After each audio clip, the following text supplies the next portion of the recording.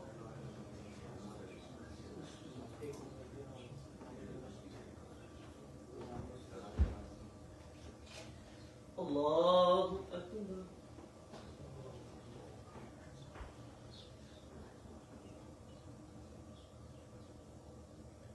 الحمد لله رب العالمين الرحمن الرحيم مالك يوم الدين إياك نعبد وإياك نستعين اهدنا الصراط المستقيم صراط الذين أنعمت عليهم غير المغضوب عليهم ولا الضالين الرحمن علم القرآن خلق الإنسان علمه البيان الشمس والقمر بحسبان والنجم والشجر يسجدان والسماء رفعها ووضع الميزان ألا تطغوا في الميزان وأقيموا الوزن بالقسط ولا تخسروا الميزان والأرض وضعها للأنام فيها فاكهة والنخل ذات الأكمام والحب ذو العصف والريحان فبأي آلاء ربكما تكذبان الله أكبر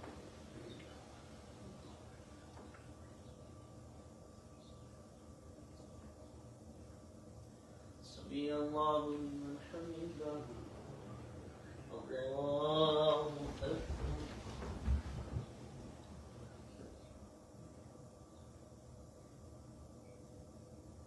الله أكبر الله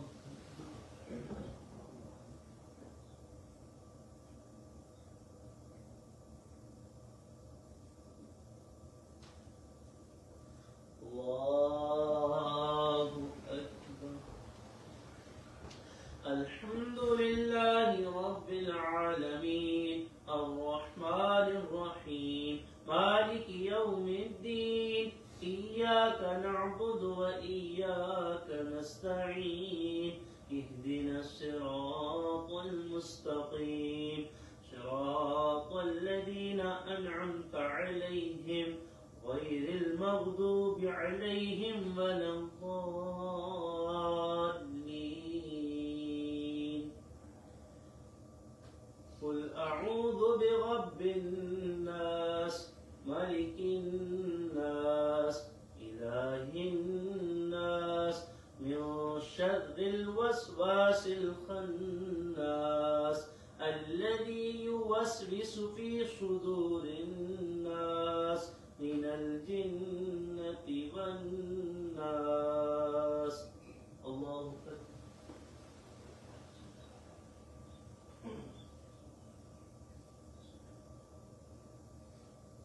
سمع الله لمن حمده الله أكبر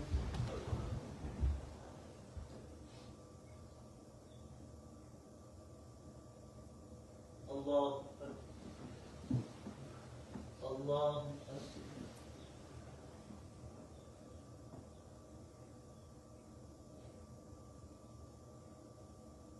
الله أكبر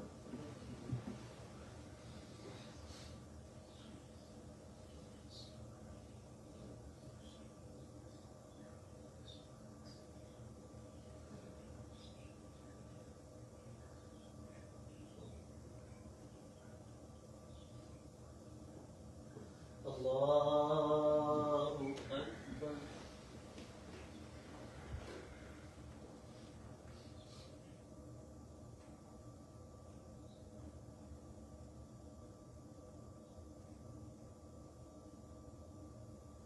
الله أكبر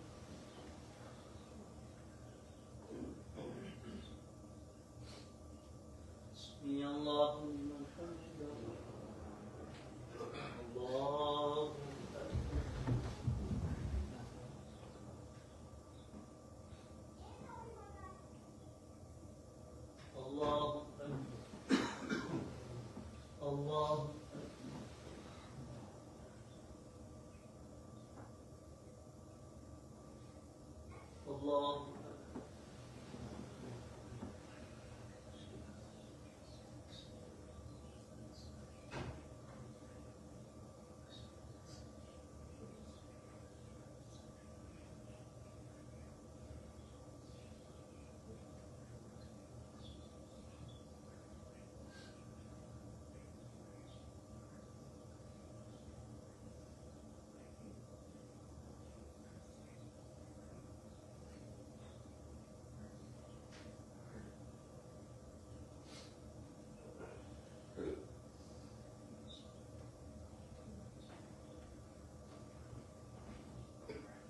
السلام عليكم ورحمة الله. السلام عليكم ورحمة الله.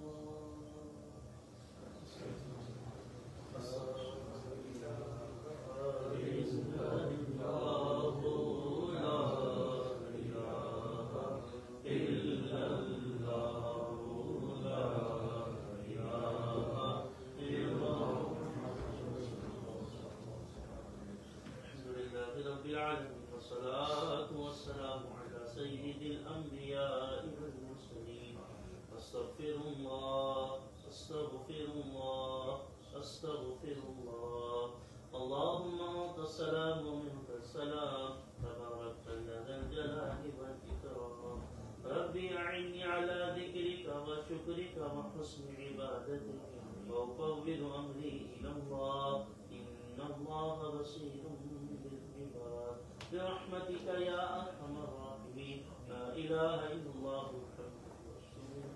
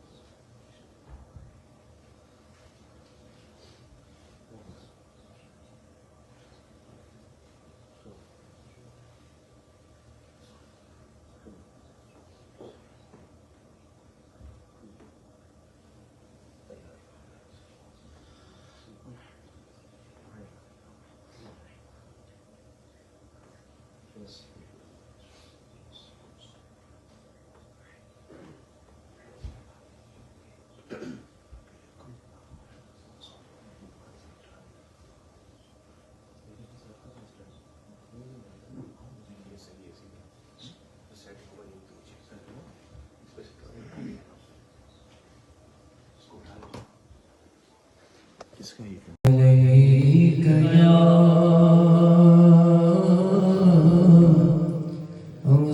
رسول الله وسلم عليك يا حبيب الله پھر جا رہے ہیں اہل محبت کے قافلے پھر یاد آ رہا ہے مدینہ حضور کا پڑھیے صلی اللہ علیہ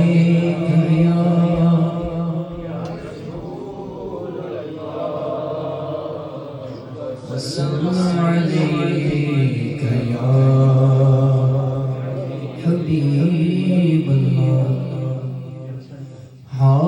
حاجیوں کے بن رہے ہیں قافلے پھر یا نبی حاجیوں کے بن رہے ہیں قافلے پھر یا نبی حاجیوں کے بن رہے ہیں قافلے پھر یا نبی پھر نظر میں پھر گئے حج کے مناظر یا نبی پھر نظر میں پھر گئے حج کے مناظر یا آغا پلے زر نہیں رکھتے سفر سرور نہیں آغا پلے زر نہیں رکھتے سفر سرور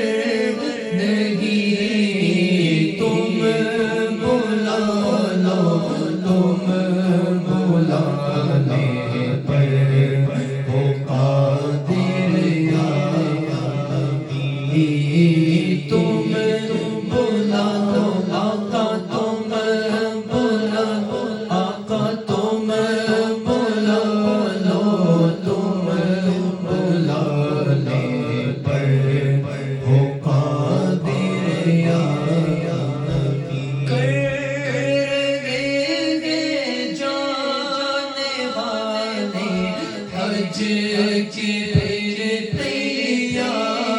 تیاریاں کر گے جانے والے حج کی اب تیاریاں رہ نہ جاؤں میں کہیں کر دو کرم پھر یا نبی میں رہ نہ جاؤں میں کہیں کر دو کرم پھر یا نبی آپ ہی اسباب آقا پھر مہیا کیجیے آپ ہی اسباب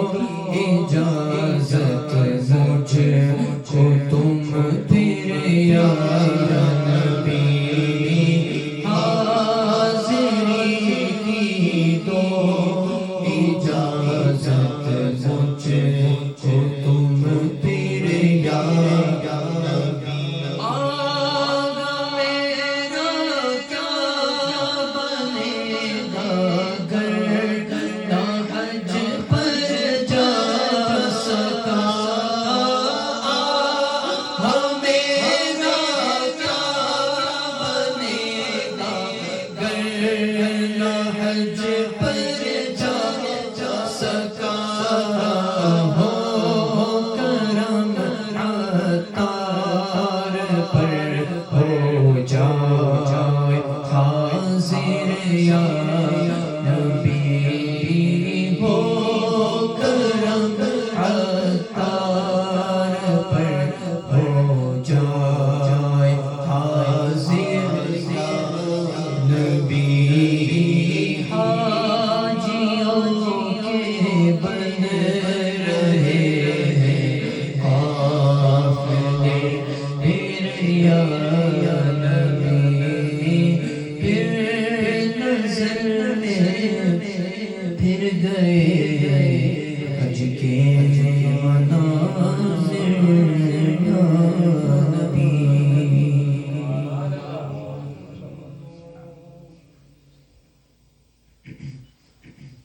مٹتے ہیں جہاں پر کے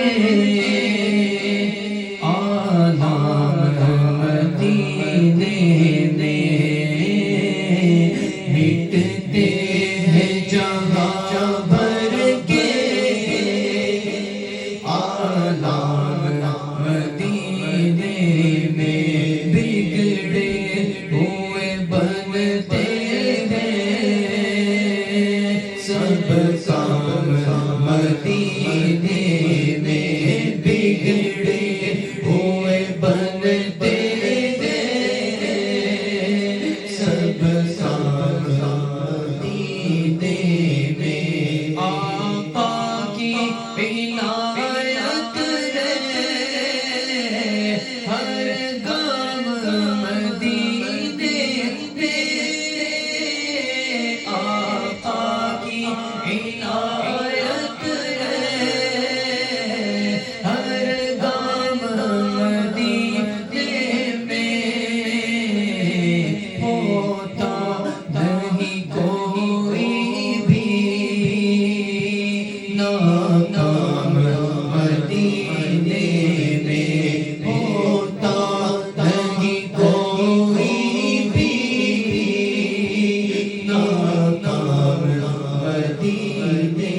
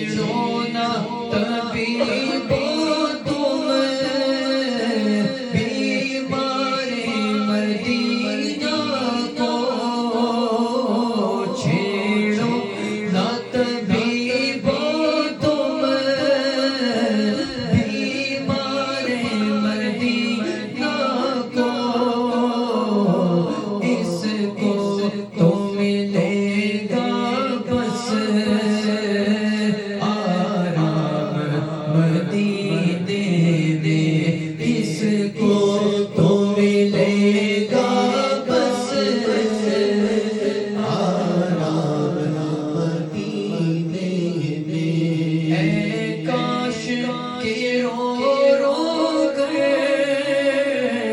دم توڑ دو قدموں میں اے کاش کہ رو رو کر دم توڑ دو قدموں میں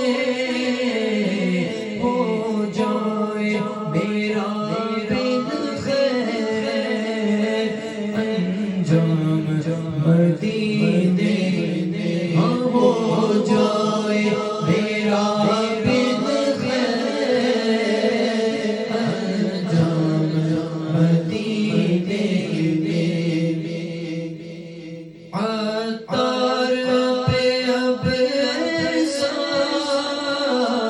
اے کاش کرم ہو جائے عطار پہ اب ایسا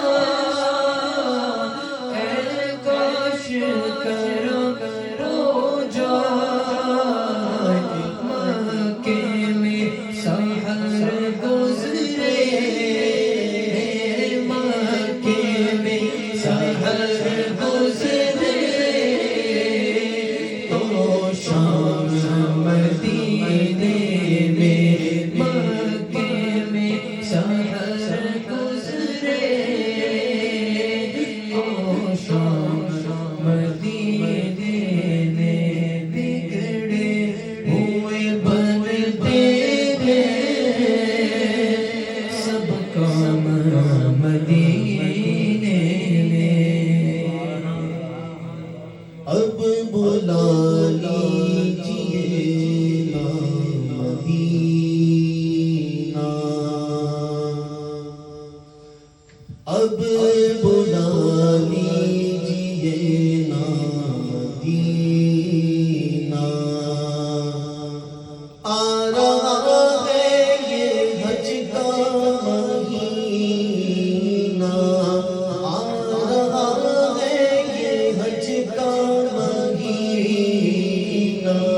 ٹوٹ جائے نہ دل کا نگینہ ٹوٹ جائے نہ دل کا نگینہ المدد تاجدار مدینہ المدد تاجدار مدینہ آ رہا ہے یہ حج کا مہینہ آ رہا ہے یہ حج کا مہینہ مجھ کو آقا مدینے بلا لو حسرتیں میرے دل کی نکالو حسرتیں میرے دل کی نکالو مجھ کو آقا مدینے بلا لو حسرتیں میرے دل کی نکالو سے اعظم کا صدقہ نبھالو سے اعظم کا صدقہ نبھالو اب تو کہہ دو مجھے جج مدینہ اب تو کہہ دو مجھے جج مدینہ آ رہا ہے یہ حج کا مہینہ آ رہا ہے یہ حج کا مہینہ یہ تو مہینے حج کی کہلاتے ہیں ایسے ہی بھائی حج کی مہینے کہلاتے ہیں تو اللہ کرے ہماری حاضری ہو جائے بڑے خوش نصیب ہوں گے خدا کی قسم وہ لوگ جو سوئے مدینہ جا رہے ہیں جو حج کی تیاریاں کر رہے ہوں گے کیونکہ کچھ حاجی حج سے پہلے مدینہ جاتے ہیں اور کچھ حاجی حج کر کے مدینہ جاتے ہیں اب ان کی اپنی جو ٹریولنگ پوزیشن ہوتی ہے اسی کے حساب سے ترتیب ہوتی ہے کچھ کو پہلے کمپنسیٹ کر دیتے ہیں, کچھ کو بعد میں کرتے ہیں, کیونکہ ایک ازدحام ہوتا ہے, ایک جمع غفیر ہوتا ہے, لاکھوں افراد وہاں پر ہوتے ہیں, تو کیا کیف آور وہ منظر ہوتا ہے. اللہ کرے یہ نصیب ہو جائے ہمیں, زندگی میں نصیب ہو جائے, اللہ ہمیں اتنا عطا کر دے, اتنی استطاعت ہو جائے کہ ہم صاحب نصاب ہو جائیں اور یہ حج ہم پر فرض ہو جائے اور ہم پہلی فرصت میں حج کرنے کے لیے چلے جائیں. تو انشاءاللہ میں دعوت کلام پیش کرتا ہوں ہمارے سید جنید بھائی کو کہ وہ بارگاہ رسالت مآب صلی اللہ علیہ وسلم میں کلام پیش کریں, انشاءاللہ اس کی طرف پھر بیان کی طرف ہم چلے جائیں.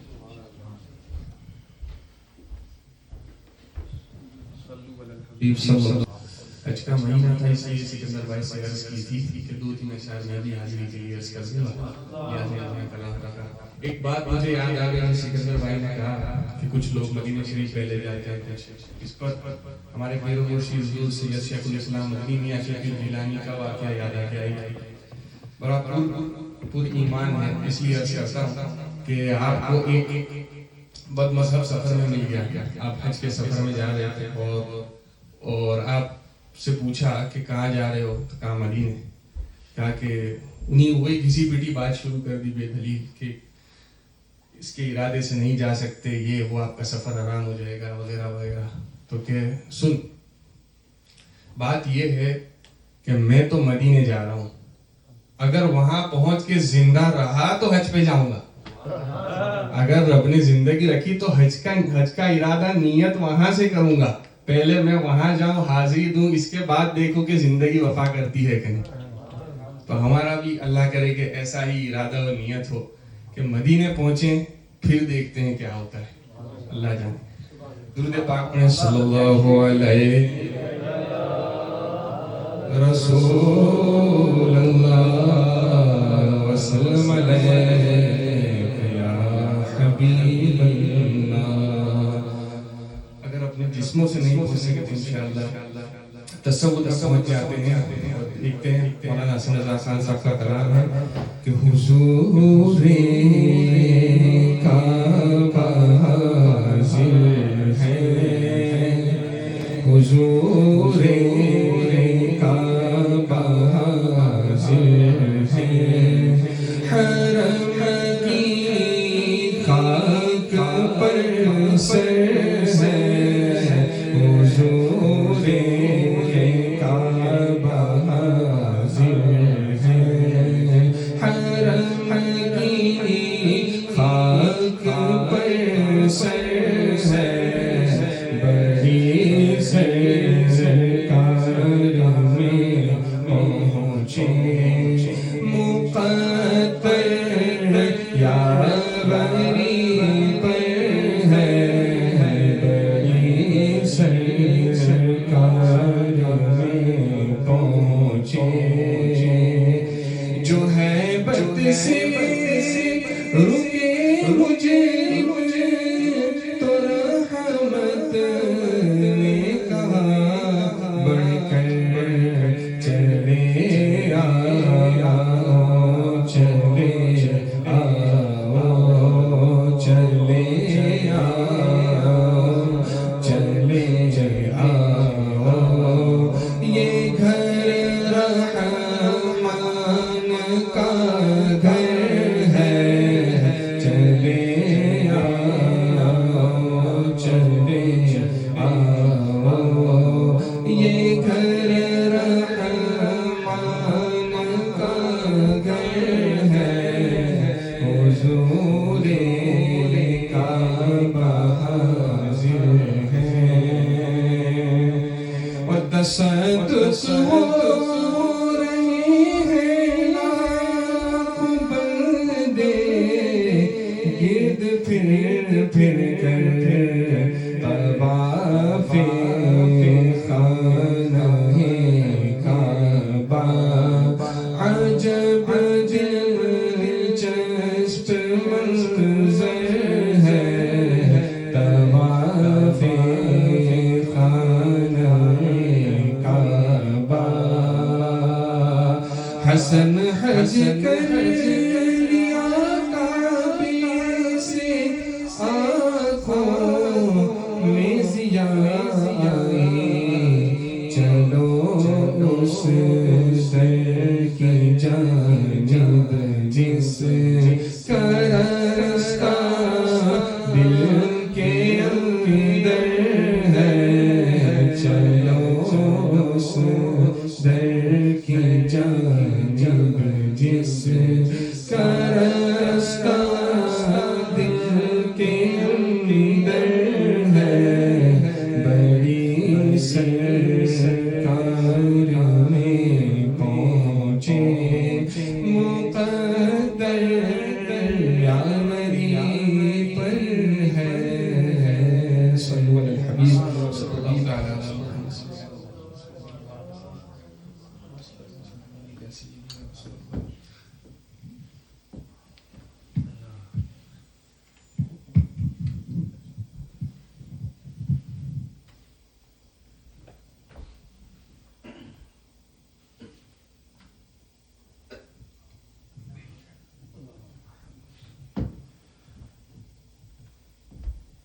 الحمد لله رب العالمين والصلاة والسلام على سيد المرسلين اما بعد فاعوذ بالله من الشيطان الرجيم بسم الله الرحمن الرحيم پڑھیے الصلاة والسلام عليك يا رسول الله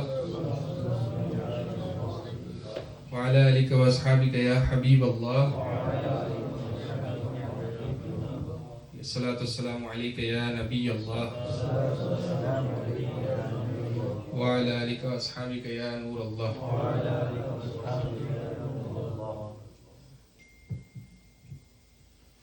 اللہ کے نبی صلی اللہ علیہ وسلم نے ارشاد فرمایا ہے کہ قیامت میں مجھ سے سب سے زیادہ قریب وہ ہوگا جو دنیا میں مجھ پر کثرت سے درود پاک پڑھتا ہو. لہٰذا درود پاک پڑھنے میں کوتاہی اور کنجوسی نہ کرے. الصلاۃ والسلام علیک یا رسول اللہ وعلی آلک واصحابک یا نور اللہ. الحمدللہ تعالی اللہ پاک کا احسان عظیم ہے کہ ایک مرتبہ پھر امام غزالی کی بارگاہ میں حاضر ہونے کا شرف حاصل ہو رہا ہے. ہم نے کافی سارے موضوعات پہ الحمدللہ امام غزالی سے ملفوظات حاصل کیے, مدنی پھول حاصل کیے. پچھلی دفعہ جب رمضان سے پہلے ہماری محفل ہوئی تھی ہم نے ریا کے متعلق سنا تھا. ریا اور حب جاہ کی مذمت میں ہم نے کچھ سنا تھا. انشاءاللہ آج ہم تکبر کے متعلق سنیں گے. عربی میں جسے کبر کہتے ہیں. تکبر کے بارے میں ہر مسلمان جانتا ہے کہ تکبر بڑی بری شے ہے اور اس کی بڑی مذمت کی گئی ہے. اللہ کے نبی صلی اللہ علیہ وسلم نے ارشاد فرمایا کہ جس کے دل میں رائی کے دانے کے برابر تکبر ہوگا جنت اس پر حرام. اللہ تبارک و تعالی نے فرمایا ہے کذالک یطبع اللہ علی کل قلب متکبر جبار. اسی طرح اللہ تعالی متکبر غرور جابر لوگوں کے دل پر مہر لگا دیتا ہے. اور حضرت لقمان حکیم انہوں نے جب اپنے بیٹے کو نصیحت بھی کی تھی اس میں بھی کہا تھا ان اللہ لا يحب كل مختال فخور. اور اترا کر چلنے والے کو اللہ تعالیٰ پسند نہیں فرماتا. اور اللہ تعالیٰ کا ارشاد حدیث پاک میں آتا ہے کہ جو ہے عظمت میری ردا ہے, میری چادر ہے. اللہ تعالیٰ ارشاد فرماتا ہے عظمت میری ردا ہے, میری چادر ہے. اور تکبر کبریائی بڑائی یہ میری ازار یعنی تہبند ہے. اور جو کوئی اس میں میرے ساتھ شریک ہونے کی کوشش کرے گا میں اسے تباہ کر دوں گا اور میں بے نیاز ہوں. حضرت مفتی احمد یار خان صاحب فرماتے ہیں کہ یہ تشبیہ ہمارے لیے دی گئی ہے. یہ جو تہبند اور ردا اس لیے کہا گیا کہ اس میں جو ہم کپڑے پہنتے ہیں اس میں ایک ہی بندے کی گنجائش ہوتی ہے. یہ نہیں ہو سکتا کہ ایک ہی ازار میں دو بندے شامل ہو سکیں. اس لیے یہ کہا گیا کہ یہ میری چادر ہے اور یہ میرا تہبند ہے. اگر اس میں کسی نے میرے ساتھ شامل ہونے کی کوشش کی تو میں اسے تباہ کر دوں گا. سوچیے. اور ارشاد ہوتا ہے کہ دوزخ میں ایک غار ہے جس کا نام ہے حب. اس کو مغرور اور متکبر لوگوں کے لیے بنایا گیا ہے, اس میں انہی کو ڈالا جائے گا. اسی طرح ایک اور ارشاد نبوی صلی اللہ علیہ وسلم ہے کہ جو آدمی تکبر کرتا ہے اور ناز سے چلتا ہے اللہ تعالیٰ اس سے ناخوش ہوتا ہے, اللہ تعالیٰ اس سے غضبناک ہوتا ہے. پھر فرمایا گیا کہ جو متکبر لوگ ہیں قیامت کے دن ان کو چونٹیوں کی شکل میں اٹھایا جائے گا پھر ان کو روندا جائے گا. لہٰذا تکبر بڑی ہی بری خصلت ہے, بری شے ہے, جس سے بندے کی سعادت کا راستہ بند ہو جاتا ہے. تو آپ دیکھیں کہ اسلام کی ضد ہی ہے تکبر. اسلام کا لفظی معنی ہے تسلیم کرنا, مان لینا, اپنی گردن رکھ دینا, انگلش میں جس کو سرنڈر کرنا کہتے ہیں. آپ جب سرنڈر کرتے ہیں, مثال کے طور پہ پولیس کے سامنے یا کوئی شے سرنڈر کرتے تو آپ نے دے دی. اسی لیے دیکھیں آپ کے قرآن پاک میں اللہ تعالیٰ نے جیسا فرمایا ہے مومنوں کے بارے میں کہ ان اللہ اشترى بالمؤمنین انفسهم واموالهم بان لهم الجنہ. اللہ تعالیٰ نے مومنوں سے ان کے مال اور ان کی جانوں کو خرید لیا. اشترا, خرید ہی لیا, اس بات پہ بان لهم الجنہ کہ ان کے بدلے میں ان کے لیے جنت ہے. تو جب مال خرید لیا تو اس پہ آپ کا کیا حکم, اس پہ آپ کی کیا مرضی. اسی لیے تو ہمارے لیے مسلمانوں کے لیے سوسائڈ کرنا جائز نہیں, کیونکہ آپ کا بدن آپ خود مار دو گے, آپ خود قتل کرو گے, آپ اپنی جان لو گے, اس کا آپ اختیار اتھارٹی نہیں رکھتے. آپ کا بدن آپ کو دیا گیا ہے, آپ کی پراپرٹی نہیں. اسی لیے تو اس کو اس طرح سے استعمال کرنا ہے جس طرح اس کا رب چاہتا ہے. اسی کا نام ہے اسلام, ایک گردن رکھ دینا. اور پھر یہ اسلام اور ایمان میں جو ڈیٹیل تحقیق کی گفتگو ہے اس کا یہ مقام نہیں, لیکن اسلام کا معنی ہی یہ ہے کہ اپنی گردن بندہ رکھ دے اور اپنی بندگی کو تسلیم کر لے کہ میں بندہ ہوں اور جو میرا مولا ہے وہ مولا ہے اور میں اس کی مانتا ہوں, بس. اب تکبر کیا ہے حقیقتاً, اس کے بارے میں امام غزالی فرماتے ہیں کہ انسان خود کو دوسروں سے بہتر اور فائق سمجھے اور اس خیال سے اس کے دل میں غرور پیدا ہو, اس کے دل میں اپنے بارے میں عزت پیدا ہو, اسی کا نام تکبر ہے. اس سے نفس اور اپنی ذات جو ہے راحت پاتی ہے, اسی کا نام تکبر ہے. اور تکبر کے ساتھ ایک ملتی جلتی چیز ہے ایک اور, انشاءاللہ تعالیٰ اگر اللہ نے چاہا تو اس کو اگلی نشست میں لیں گے, وہ ہے خود پسندی, عجب کہتے ہیں جس کو عربی میں. اس میں یہ ہوتا ہے کہ بندہ اپنی شے کو, اپنی کسی کمال کو اپنی طرف منسوب کرتا ہے اور یہ بھول جاتا ہے کہ اللہ کی طرف سے نہیں. لیکن بہرحال فرق یہ ہے تکبر اور عجب میں کہ تکبر میں اس کے مقابلے میں کوئی دوسرا ہوتا ہے جس کو کم سمجھتا ہے, اور عجب میں یہ ہوتا ہے کہ وہ صرف اپنے کمال پہ نظر رکھ کے خود کو پسند کرتا ہے اور یہ بھول جاتا ہے کہ اللہ تعالیٰ یہ خوبی یا کمال چھین سکتا ہے اور یہ ہمیشہ نہیں. لہذا یہ فرق ہے, تکبر میں کوئی سامنے والا ہوتا ہے, متکبر علیہ جس پر تکبر کیا جائے. اور اسی اعتبار سے فرماتے ہیں امام غزالی کہ اس کے 3 درجے ہیں. پہلا درجہ جو سب سے سخت درجے کا تکبر ہے وہ ہے رب تعالیٰ کی ذات کے ساتھ تکبر, اس کے ساتھ بڑائی کی جائے. یہ اس لیے یہ ان لوگوں کے لیے ہے جو اس پر ایمان نہیں لاتے, اس کو مانتے نہیں, اس کا حکم نہیں مانتے. اللہ تبارک و تعالیٰ جب کوئی چیز کا حکم دے تو اس سے وہ سر پھیرتے ہیں. وہ بڑے بڑے, آپ دیکھیں شیطان کا کیا ہوا, شیطان کے بارے میں جب اس کو حکم دیا گیا کہ اسجدوا لآدم تو سب جھک گئے اور وہ نہیں جھکا, تو اللہ تعالیٰ نے اس کے بارے میں کیا کہا, جو فتویٰ جاری ہوا ابا واستکبر, کہ وہ اکڑ گیا اور اس نے تکبر چاہا, بلندی چاہی, بڑائی چاہی.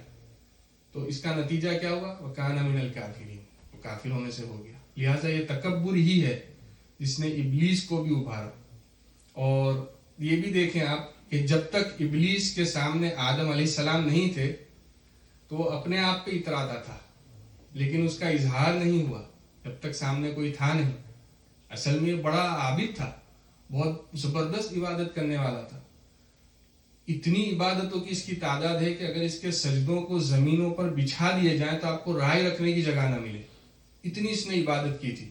اللہ تعالیٰ نے اس کو اتنا مقبول کر لیا کہ جنت میں اس کے لیے داخلہ ہمیشہ کے لیے اوپن.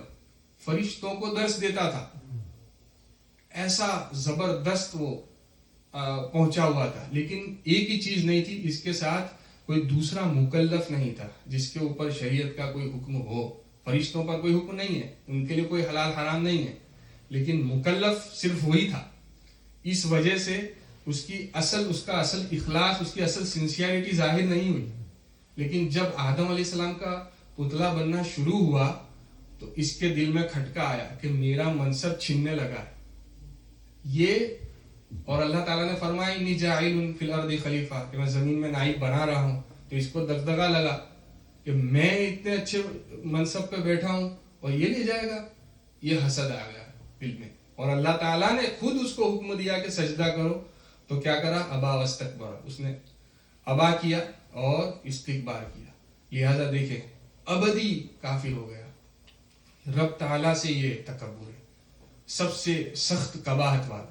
دوسرا امام غزالی فرماتے ہیں کہ اللہ کے رسول اور نبیوں کے ساتھ تکبر، وہ ایسے جیسے کفار کہا کرتے تھے کہ ہم ایسے انسان پر ایمان لے آئے، یوں کہتے تھے. تم تو ہماری طرح بشر ہو، ہماری طرح انسان ہو، یوں کہتے تھے.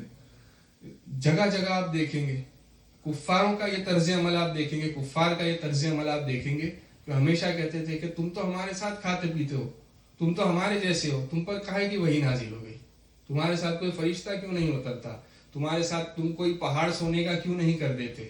یہ ان کفار کا رسول سے عناد اور تکبر تھا، یہ ان کے دل میں تکبر تھا جو ان کو ایمان پر آنے نہیں دیتا تھا.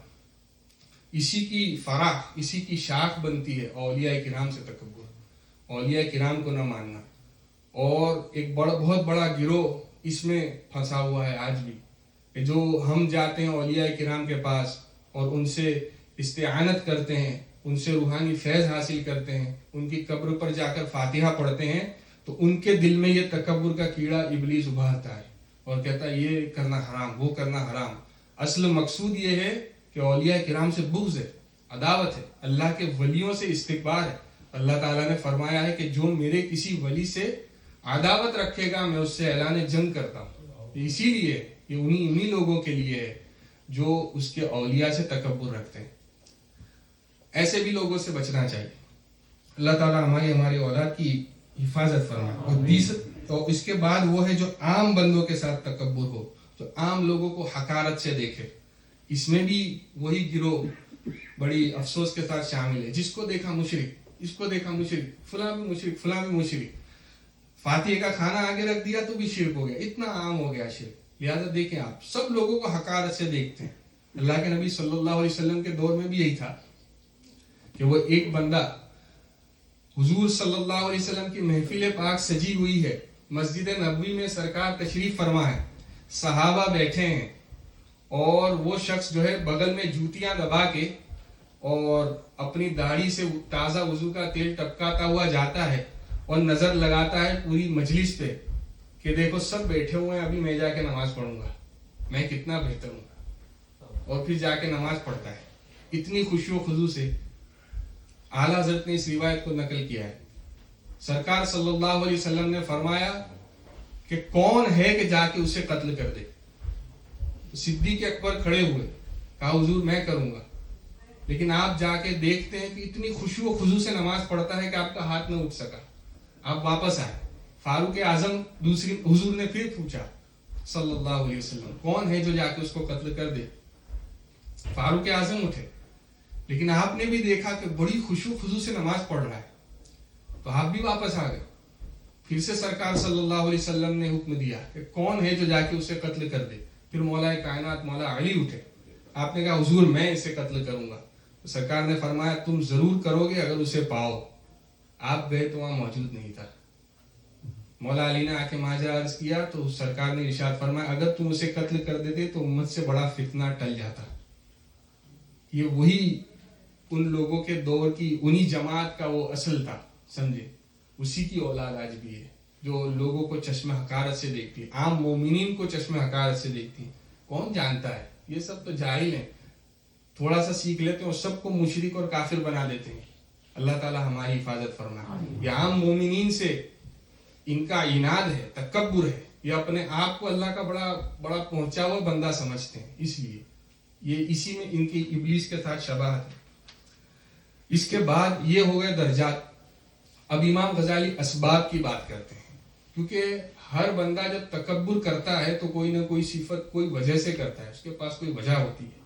سب سے پہلا وجہ جو سب سے بڑی مین ہے وہ علم، نالج کی وجہ سے بندہ تکبر کرتا ہے، غرور حاصل ہوتا ہے. جب کوئی بندہ علم حاصل کرتا ہے تو وہ دوسروں کو ایسا سمجھتا ہے گویا کہ وہ جانور ہیں، وہ ان کو گھٹیا سمجھتا ہے. اور یہ کسی ایک علم کے ساتھ خاص نہیں اور نہ ہی دینی علم کے ساتھ خاص ہے. جو بندے بالخصوص جو جوان ہوتے ہیں وہ اگر مثال کے طور پہ آئی ٹی میں ایکسپرٹ ہو جائیں، علم طب میں ڈاکٹری میں ایکسپرٹ ہو جائیں تو دوسروں کو سمجھے کہ تم کس کھاتے میں ہو بھائی, ہم تو فلاں بڑا جانتے ہیں, یہ جانتے ہیں, وہ جانتے ہیں.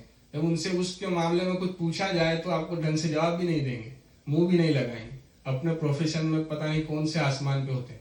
یہ بھی تکبر ہے, یہ بھی کبر ہے. اللہ تعالیٰ اس سے حفاظت فرمائے. صرف ایسا نہیں کہ یہ, بلکہ اور سارے علوم بھی ہیں, ریاضیات, میتھمیٹکس ہے, فلکیات ہیں, علم نجوم ہیں, بہت سارے علوم ہیں جن کی وجہ سے بندہ اس علم کو نہ رکھنے والوں کو گھٹیا سمجھتا ہے. ایسا سمجھتا ہے کہ ان کو تو کیا آتا ہے. یہی چیز دین کے معاملے میں بھی ہے کہ جب بندہ دین کا علم حاصل کر لیتا ہے تو جن کے پاس نہیں ہوتا دین کا علم, ان کو سمجھتا ہے کہ یہ تو کس کھاتے میں ہے, یہ تو سب میری دعاؤں کے محتاج ہے, یہ تو سارے میری شفاعت سے جنت میں جائیں گے, ان کو کیا آتا ہے, کچھ نہیں آتا, سب مجھے پوچھتے ہیں, یوں سمجھتا ہے. اور پھر کبھی کبھی یہ ہوتا ہے کہ ایک عالم دوسرے عالم سے تکبر کرتا ہے, وہ پھر اسٹیج پہ چڑھ کے غیر ضروری معاملے میں دوسرے عالم کا نام لے یا نہ لے پھر اس کو رسوا کرتا ہے. اور ایسے معاملے میں جس میں عوام کو پڑھنے کی ضرورت نہیں ہوتی, پھر بھی وہ عوام کے سامنے جا کے عوام کو کھینچتا ہے, اور پھر اس کا سلسلہ شروع ہو جاتا ہے بدمزگی والی بیانات کا. تو یہ ہوتا ہے, یہ بھی تکبر کی وجہ سے ہوتا ہے.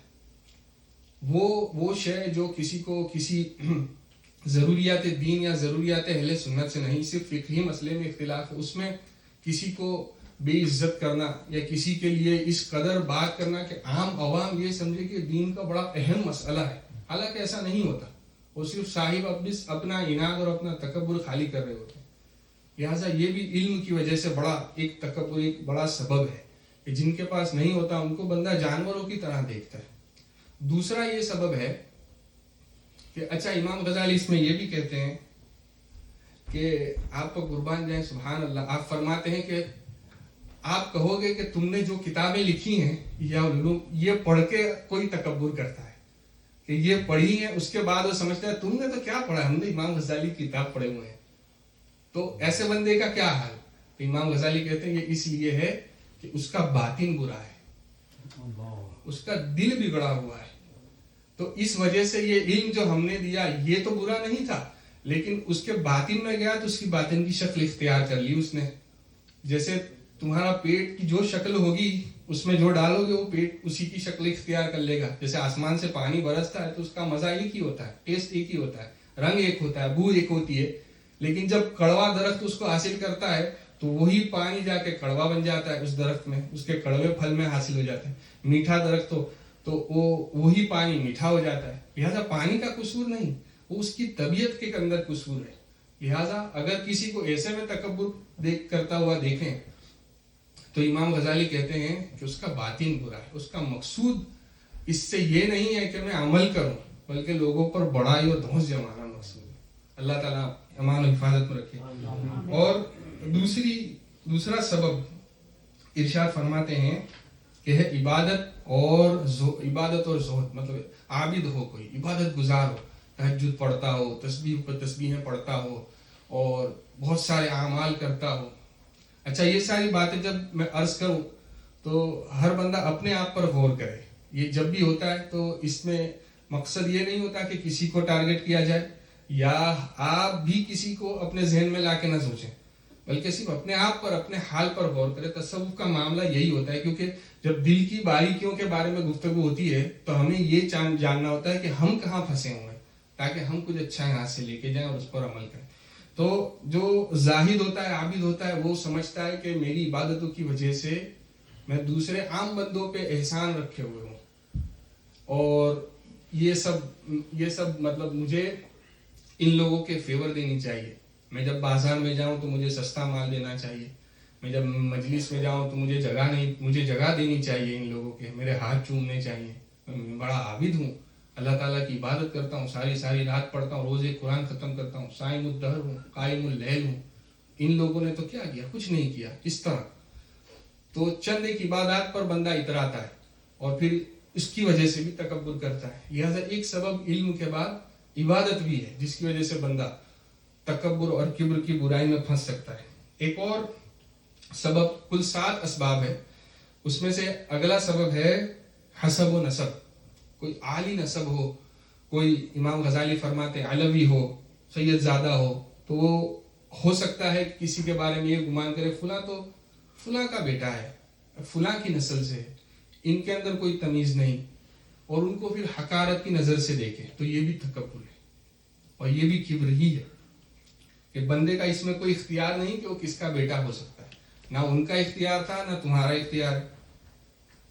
اسی طرح اگلا سبب یہ ہے حسن و جمال، کسی کو خوبصورتی ملی ہے تو جس کو نہیں ملی ان پر وہ تکبر کرتا ہے اور ان کو گھٹیا سمجھتا ہے، ایک سبب یہ بھی ہے۔ اگلا سبب ہے مال کی کثرت، میرے پاس مال ہے، بہترین گھر ہے، بڑی ہائی اینڈ کی ایڈیشن والی گاڑی ہے، سپر لوڈڈ ہے، پتہ نہیں کون سی لمیٹڈ ایڈیشن ہے، تمہارے پاس تو کیا ہے؟ جب یہ بندہ سوچے گا تو یہ بھی اس کا تکبر ہے۔ مہنگے مہنگے فون بھی استعمال کرتے ہیں اور پھر چار لوگوں کے سامنے صرف اس لیے دکھاتے ہیں، جس کی نیت اگر ایسی ہے کہ بھائی فلاں کے پاس تو کیا ہے، ہمارے پاس ہے، تو یہ اپنے آپ کو کسی پر فائق اور بہتر سمجھنا، یہ مال کی وجہ سے، یہ تو بڑا کامن ہے۔ اگلا ہے زور و قوت، یعنی فزیکل کسی کے اندر طاقت ہے، قوت ہے، جم میں جا کے باڈی بناتے ہیں اور پھر ایک دوسرے کے سامنے تکبر دکھانا ہے۔ اللہ تعالیٰ اس سے حفاظت فرمائے۔ بدن کی حفاظت اور بدن کو چست درست رکھنا ضروری ہے، لیکن جو جیسا ٹرینڈ ہوتا ہے آپ سب جانتے ہیں، اللہ تعالیٰ حفاظت فرمائے۔ اور ساتواں سبب ہے اپنے کنیز، غلام، مریدین، یعنی فالوور، آپ کے فالوور جب ہوتے ہیں ان کی تعداد زیادہ ہوتی ہے تو بھی ان پہ بندہ بڑا فخر کرتا ہے، ہمارے اتنے ملین فالوور ہیں۔ اللہ تعالیٰ کوئی فالوور نہ دے، صرف جہنم سے نجات دے دے، یہی سچی کامیابی ہے۔ کسی نے آپ کو فالو نہیں کیا تو کوئی بات نہیں، آپ کو اللہ تعالیٰ پوچھنے والا نہیں ہے۔ اگر اربوں لوگوں نے فالو کیا تو کیا ہو گیا، آپ کے جنازے میں کتنے شریک ہوئے؟ کوئی پوچھنے بھی آئے، اصل چیز ہوتی ہے لیکن فخر کرتے ہیں بھائی ہمارے پیچھے اتنے، ہمارے پیچھے اتنے ہیں۔ اللہ تعالیٰ نے آپ کو آگے اور پیچھے چلنے کے لیے نہیں بھیجا، اگر بھیجا تھا تو ٹھیک ہے۔ تو یہ 7 اسباب ہے۔ اب امام غزالی کا خاصہ کہ علاج دیتے ہیں ہر چیز کا، صرف پوائنٹ کر کے چھوڑ نہیں دیتے۔ تو امام غزالی فرماتے ہیں کہ ہر بار کی طرح آپ کہتے ہیں کہ اس کا بھی 2 طریقے سے علاج ہوگا، علمی اور عملی۔ کمپاؤنڈ علاج ہوگا، جیسے کمپاؤنڈ فارمیسی ہوتی ہے نا، جو کمپاؤنڈ فارمیسی والوں کے پاس آپ جاؤ تو تھوڑی تھوڑی دوائیاں نکال کے مریض کے مرض کے مطابق، تشخیص کے مطابق تشخیص کرتے ہیں اور پھر اس کے مطابق الگ الگ دوائیوں کو جمع کر کے دیتے ہیں، یہ صرف تیرے لیے ہے۔ ایسا ہی امام غزالی کے پاس بھی کمپاؤنڈ فارمیسی ہے دل کی، کہ آپ کے پاس جیسا مرض ہے اس کے مطابق کمپاؤنڈ کر کے دوائی دیں گے انشاءاللہ تعالی۔ تو یہ فرماتے ہیں تکبر کے بارے میں کہ ویسے ایک علاج آپ نے فرمایا کہ مجمل طور پر کمپیکٹ، جو سب کے لیے فائدہ دے گا، اور اس میں 2 اس کے طریقے ہیں، علمی اور عملی، کہ پریکٹیکلی کیا کرنا ہے اور تھیوریٹیکلی کیا جاننا ہے یہ۔ اور دوسرا جو مجمل نہیں ہے وہ ہے مفصل علاج، کہ جو 7 اسباب ہے ہر سبب والے کے لیے کیا علاج ہے، یوں بھی جواب دیتے ہیں آپ۔ تو علاج علمی علاج جو جاننا ہے، جو جاننے سے ہوگا وہ یہ ہے، انشاءاللہ تعالی امام غزالی کا الفاظ بھی سے برکت حاصل کریں گے۔ علاج علمی یہ ہے کہ ایسا آدمی حق تعالیٰ کو پہچانے، اللہ تعالیٰ کو پہچانے تو اس کو معلوم ہو کہ بزرگی اور عظمت صرف اللہ تعالیٰ ہی کے لیے، کبر صرف اسی کے لیے، اور اس کے بعد خود کو پہچانے تاکہ اس پر ظاہر ہو جائے کہ اس سے زیادہ خوار اور ذلیل اور کمینہ دوسرا کوئی نہیں۔ تو یہ بڑی ہی آسان چیز ہے جو بیماری کو جڑ سے کاٹ دے گی۔ دیکھیں، اور اس کے لیے فرماتے ہیں کہ قرآن پاک کی صرف ایک آیت کا جان لینا کافی ہے، اور اس آیت میں اللہ تعالیٰ نے ارشاد فرمایا قتل الانسان ما اکفرہ من ای شیء خلقہ من نطفۃ خلقہ فقدرہ ثم السبیل یسرہ ثم اماتہ فاکبرہ۔ فرمایا انسان مارا جائے، قتل ہو جائے، کتنا ناشکرا ہے، ما اکفرہ، کتنی ناشکری کرتا ہے، کس چیز سے اسے خلق کیا گیا، نطفے سے خلق کیا گیا، خلقہ فقدرہ، پھر اس کو خلق کیا، پھر اس کو سٹیپ بائی سٹیپ ہم نے پروان چڑھایا، اس کو ہم نے کیسا خوبصورت بنایا، ثم السبیل یسرہ، پھر اس کے لیے راستے آسان کیے، ثم اماتہ فاکبرہ، پھر اس کو موت بھی دی اور اس کو قبر میں داخل کروایا. یہ سب ہم نے کیا. انسان نے کیا کیا بتائیں؟ اس میں امام غزالی فرماتے ہیں کہ انسان کی لائف کے 3 طبقات کے بارے میں اللہ تعالیٰ نے گفتگو فرمائی. سب سے پہلا آغاز کہ تم کچھ نہیں تھے اور اللہ نے تمہیں خلق کیا. ہم اردو میں ترجمہ کر دیتے ہیں خلق یعنی پیدا کیا، لیکن عربی میں پیدا ہونے کے لیے لفظ کا معنی الگ ہے، خلق کا معنی الگ ہے. پیدا ہونے کے لیے تولید یا مولید کا لفظ ہے، ولدہ یولیدو. لیکن خلق کا معنی یہ ہے کہ کسی مٹیریل اور کسی بھی پہلے کے مٹیریل کے بغیر اس کو نیست سے ہست کرنا، ایگزسٹنس میں نہ ہو اس کو ایگزسٹنس میں لانا، یہ ہے خلق. اور یہ صرف رب تعالیٰ کے لیے. فرمایا الا لہ الخلق، کیا اسی کے لیے خلق نہیں؟ تو یہ کوئی نہیں کر سکتا اللہ تعالیٰ کے سوا. ہائیڈروجن کا مادہ ہے، پانی کا مادہ ہے ہائیڈروجن اور آکسیجن. بغیر ہائیڈروجن اور بغیر آکسیجن کے آپ پانی بنا کے دکھاؤ، کیسے بناؤ گے؟ کہیں سے تو نکالو گے. ہو ہی نہیں سکتا کہ بغیر ہائیڈروجن اور آکسیجن کے پانی. لیکن رب تعالیٰ کر سکتا ہے، وہ خالق ہے. اسی نے تو خلق کیا. کسی چیز کا وجود نہیں تھا، اس نے وجود دیا. تو سنو انسانوں، تم کو اللہ نے خلق کیا. کیسے خلق کیا؟ من ای شیء خلقہ، کس چیز سے تم کو خلق کیا؟ اور ایک نطفے سے خلق کیا. ایک ناپاک پانی کی بوند کے چھوٹے سے حصے سے آپ کو خلق کیا. یہ تمہارا اول ہے. لہذا فرمایا کہ اللہ تعالیٰ نے پہلے تو یہ بھی ارشاد ہوتا ہے کہ هل أتى على الإنسان حين من الدهر لم يكن شيئا مذكورا، کہ کیا انسان پہ وہ وقت نہیں گزرا، انسانوں پہ وہ ایک زمانہ نہیں گزرا کہ وہ ایک نام کی چیز بھی نہیں تھا، یعنی نام کی مقدار میں بھی نہیں تھا. انسان وجود ہی نہیں تھا اور اس کو اللہ تعالیٰ نے اس کو پیدا کیا، اس کے لیے سماعت اور بصارت دی. نہیں، فرماتے ہیں کہ حق تعالیٰ نے خاک کو پیدا کیا کہ اس سے زیادہ ذلیل شے کوئی نہیں، اور نطفہ اور علقہ سے اس کو جو ذرا سا پانی اور لہو ہے اس کو پیدا کیا کہ کوئی چیز اس لہو کے جیسی نجس نہیں. سوچیں، اسلام میں خون اور غلاظت نجاست جو ہے ان کی سیم لیول کی نجاست ہے. خون کی اور پیشاب پاخانے کی سیم لیول کی نجاست ہے. یہ بھی نجاست غلیظہ ہی ہے، جیسے پیشاب پاخانہ نجس ہوتا ہے. فرمایا کہ اس کے جیسی کوئی نجس شے نہیں. خاک سے پیدا کیا جس سے ذلیل کوئی چیز نہیں، اور پھر نطفہ اور علقہ سے اس کو خلق کیا جس سے زیادہ کوئی نجس چیز نہیں. فرمایا انسان کو نیست سے ہست کیا اور اس کی اصل کو ذلیل خاک اور گندے پانی سے اور نجس ناپاک لہو سے بنایا، جس کے بعد وہ گوشت کا ایک لوتھڑا ہوا. نہ اس میں سماعت تھی، نہ اس میں بصارت تھی، نہ وہ سن سکتا تھا، نہ دیکھ سکتا تھا، نہ اس میں قوت تھی، نہ اس میں قدرت تھی. پھر ہاتھ، پاؤں، آنکھ اور دوسرے اعضاء پیدا کیے. چنانچہ ظاہر ہے کہ ان باتوں میں سے کوئی چیز نہ خاک میں تھی نہ لہو میں تھی. نہ خاک سن سکتی تھی، نہ دیکھ سکتی تھی، نہ لہو. لیکن اللہ تعالیٰ نے اس کو سماعت اور بصارت دی، اس میں قوت دی، قدرت دی، گویائی دی. اس میں کتنے عجائبات اور غرائبات اس نے پیدا کیے تاکہ انسان اپنے خالق کی بزرگی اور اس کی عظمت کو پہچانے، نہ کہ خود ہی عظمت اور کبریائی کا دعویٰ کرے. پھر فرمایا کہ اس کے بعد جو ہے اللہ تعالیٰ نے اسی آیت میں انسان کے وسط کار کو پیدا کیا. وسط کار کے بارے میں ذکر فرمایا کہ تخلیق کے بعد اللہ تعالیٰ نے اس کو جہان میں پیدا فرمایا یا جہان میں لایا اور ایک مدت تک اس کو یہاں رکھا. پھر اس کو یہ اعضاء اور اتنی قوتیں عطا فرمائی. اب اللہ تعالیٰ اس کو صاحب اختیار بنا دیتا اور اس کو بے نیاز کر دیتا تو انسان غلطی میں مبتلا ہو جاتا. لہٰذا انسان کے لیے ایک ایسی صورت بنائی کہ جس میں اس کو بے نیاز نہیں کیا گیا، بلکہ اس پر بہت ساری چیزیں جیسے بھوک اور پیاس اور بیماری، گرمی، سردی، ضرورتیں اور حاجتیں اس پر لاد دی گئیں تاکہ کبھی یہ نہ سمجھے کہ میں خود مختار ہوں. ہر وقت اس کو فکر رہتی ہے کہ کہیں مر نہ جائے، اندھا نہ ہو جائے، بہرا نہ ہو جائے، دیوانہ یا لاچار نہ ہو جائے، بھوک یا پیاس کی شدت سے ہلاک نہ ہو جائے. اللہ تعالیٰ نے انسان کی منفعت کو کڑوی دواؤں میں رکھی کہ اگر وہ نفع اٹھانا چاہے تو بد مذہبی اس کو کڑوی دواؤں کی اٹھانا ضروری ہے، اور اگر اچھی چیزیں اس کا کوئی نفع اٹھانا چاہے تو اس میں نقصان رکھا تاکہ اس سے بھی بندہ غافل نہ ہو.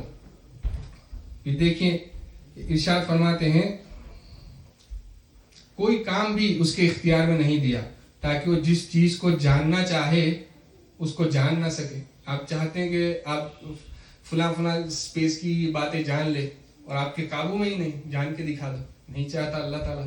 اور انسان کے خیالات کو بھی اس کے قابو میں نہیں دیا گیا. آپ کسی چیز کو یاد کرنا چاہتے ہیں وہ آپ کو یاد ہی نہیں آتی, اور کوئی چیز دماغ میں پھنس گئی ہے اس کو بھلانا چاہتے ہیں, بھول نہیں پاتے. آپ کس قدر عاجز اور کمزور ہیں. سوچیں, باوجود ان تمام عجائبات اور جمال و کمال کے جو اس کے دل میں ودیت رکھے ہیں, انسان کو ایسا عاجز بنایا ہے کہ کوئی دوسرا اس سے زیادہ درماندہ, بدبخت اور ناقص تر نہ ہوگا. اور اس کے کام کا انجام یہ ہے کہ آخر کار مر جائے گا, اور پھر نہ سماعت رہے گی, نہ بصارت رہے گی, نہ تخت, نہ حسن, نہ جمال, نہ یہ جسم رہے گا, نہ یہ اعضاء رہیں گے, بلکہ مرنے کے بعد ایسا بدبودار ہو جائے گا کہ سب اس کو دیکھ کر اپنی ناک بند کر لیں گے.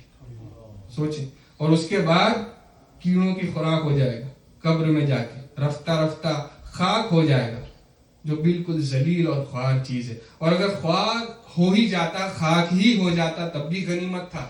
لیکن یہ بھی کہاں افسوس کہ یہ بھی کہاں اس کو میسر, بلکہ قیامت کے دن اس کو پھر اٹھایا جائے گا اور ہیبت کے مقام پر کھڑا کیا جائے گا. اس وقت آسمانوں کو وہ دیکھے گا کہ پھٹ گئے ہیں, ستاروں کو دیکھے گا کہ گر پڑے ہیں, چاند و سورج بے نور ہو چکے ہیں, پہاڑ روئی کے گالوں کی طرح اڑ رہے ہیں, جسم پہ کوئی کپڑا نہیں, زمین بدلی ہوئی ہوگی, دوزخ کے فرشتے دوزخ پر کمندے پھینک کر اس کو حاضر کیے ہوئے ہوں گے, اور دوزخ گرج رہا ہوگا.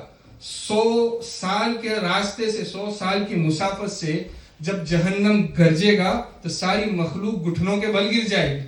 اس وقت جب فرشتے ہر بندوں کو اپنے نامہ اعمال دیتے ہوں گے, اور تمام عمر اس نے جو برے کام کیے ہوں گے وہ سب کو دیکھ رہا ہوگا, اور ہر ایک اپنی اپنی کوتاہی اور تقصیر کو پڑھ کر پریشان ہو رہا ہوگا.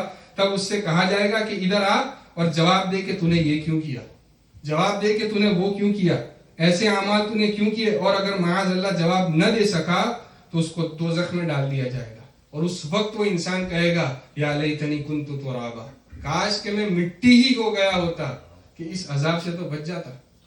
کاش کہ اس سور کی طرح یا اس کتے کی طرح میں ہوتا کہ وہ مٹ گیا, اس عذاب سے تو بچ گیا. تو سوچو, امام غزالی فرماتے ہیں کہ جو بندہ سگ یعنی کتا اور خوک یعنی سور کی طرح ہونے کی تمنا کرے اور نہ ہو پائے, وہ کیسے تکبر کے لائق ہے. سوچئے کہ اگر ایمان سلامت نہ رہا, اللہ نہ کرے, اور یہ ساری حالات اللہ تعالیٰ ہماری حفاظت فرمائے اگر ہمارے ساتھ ہوئے تو کیا کریں گے. امام غزالی مثال دیتے ہیں کہ ایسا ہے کہ جیسے کوئی بادشاہ مجرم کو پکڑ کر قید خانے میں ڈال دے, اور اس کے لیے حکم ہو چکا ہو کہ اس کو سولی پر چڑھانا ہے. اب وہ قید خانے میں کیا دوسرے قیدیوں کے سامنے اترائے گا, تکبر کرے گا. اسے کل قید خانے سے نکل کر سولی پر چڑھنا ہے, اسے تو فکر ہونی چاہیے. یہی حالت ہماری ہے کہ یہ دنیا کیا ہے, یہ قید خانہ ہے, اور اس سے مومن رہا ہوگا. اللہ تعالیٰ ہماری ایمان کی حفاظت فرمائے. یہ اس کا علمی علاج ہے کہ یہ باتیں جب بندے کے پیش نظر ہوگی, اپنی حقیقت کو پہچانے گا, جب وہ نیست تھا اور جب ہست ہوا اور اللہ اپنی حقیقت کے پر نظر رکھے گا کہ میں کیا تھا, تو انشاءاللہ تعالی اس کے دل سے تکبر کی جڑ کٹ جائے گی. اس کے بعد اس کا عملی علاج بیان فرماتے ہیں کہ بندے کو تمام احوال اور افعال میں تواضع یعنی عاجزی اختیار کرنی چاہیے, اور وہ دیکھے کہ جس چیز سے اس کو تکبر پیدا ہوتا ہو اس سے دور رہے. اگر لباس فاخرہ پہننے سے متکبرانہ ہوا دل میں پیدا ہوتی ہے تو ایسے لباس نہ پہنے, عام لباس پہنے. یا اسی طرح جب کوئی لوگ چل رہے ہیں اور آگے چلنے سے اس کو تکبر پیدا ہوتا ہے تو پیچھے چلے, بیچ میں چلے.